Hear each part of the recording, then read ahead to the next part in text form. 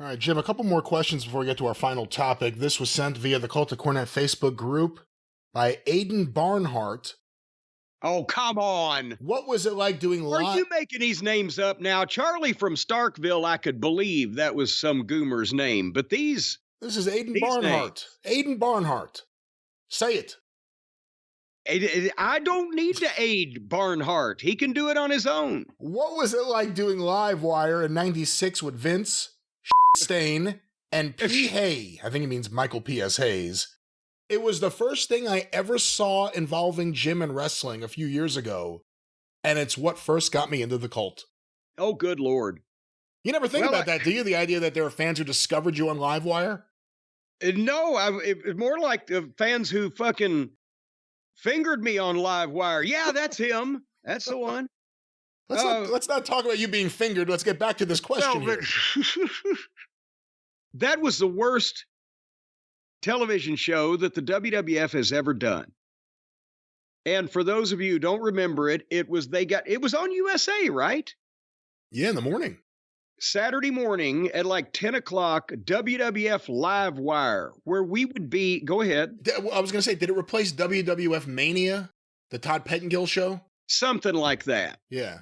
There was a show that had compilations of different matches from different tapings that aired, and maybe it was more to appeal to the kids on Saturday morning, but instead, that was it. Vince and Kevin Dunn had a brilliant idea, Livewire, where all of us would be actually in the control room at the studio, at the TV studio in Stamford. And we would be this was the early days of emails, so we'd be reading people's emails as they came in, and people would call in, and it would be like a news central program, whatever. I don't know what the fuck. Point is, I think 5 or 6 weeks in a row until somehow I got out of it, and it didn't last long as a program anyway. But I had to get up on Saturday at like fucking 7 o'clock in the morning and go to Stamford and stand there and do this fucking show. That it was the only wrestling show in the history of wrestling. It didn't have any wrestling in it. And it was like a television show of call-in radio. Am I overstating this case? You remember it. It was a very interesting thing at a time where Vince seemed to be throwing anything against the wall, just hoping something would stick. It wasn't even just that WCW was breathing down his neck. You know, there have been several years where Vince was trying to figure out the next thing, and he went with this. This is where Vince Russo first got on TV. This is where they would do, I don't even know if you would Speaking of throwing something against the wall, it would have probably been better ratings if I'd have thrown him against the wall. I don't know if you would call it an angle, but this is where they would do angles or stuff like having Paul Heyman call in as what was his name? Bruce in Connecticut? Bruce from Connecticut. So, I mean, it was an interesting idea in the early days of the internet, the idea that you're doing chats and, you know, just the idea of getting fans involved in. Well, they were doing chats when nobody was fucking chatting. And nobody watched this fucking show, and it killed my Saturday morning. And that's where the clip where I had to fucking suffer the presence of Shitstain wandering in and doing his fucking shtick with his Howard Stern wannabe and his black clothing and his, you know, anti-establishment. I'm one of the cool kids because I replace all my S's with Z's bullshit. That we had to fucking stand there and fucking suffer through. Does anybody remember how long that show lasted before they changed the format again? Because it wasn't long. I wonder if that's on the Wikipedia. I'm looking for it now. Oh, wow. Is this true?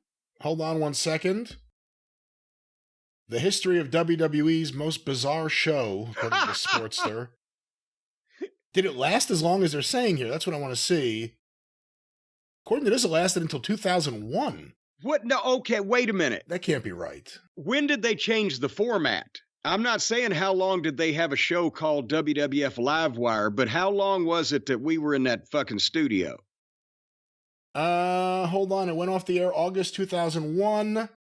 By February 97, Livewire reverted to a typical wrestling recap show. Okay, all right, okay. When did it start? It started in October of 96. Oh, there you go. Okay, so 4 months, but I think I got out early. What did Vince think when he watched it? I mean, I'm assuming he watched it when he wasn't there, but I mean, what did he think this was good, or was he just willing to try? Because usually he only does the things he personally likes. Did he like this? I think he was there the day that I argued with Russo and Tammy was on there and all that stuff. I think he was there, but I think it was like Shotgun Saturday Night when they launched that and they were going to do it from nightclubs all over New York City with the dancing girls and the fucking young hip vibe and the flying nuns and all that other shit. And that lasted about 6 or 8 weeks. And then they just shot it after a Raw taping and it was in an arena and there you go. But Jim Ross was on one of I think the show with me and fucking Russo sniping at each other. And there's a picture or still frame I've seen on Twitter where he's just looking at the camera like, God, can somebody just shoot me in the head to get me out of here? This is Saturday fucking morning and what are we doing? And nobody's watching this.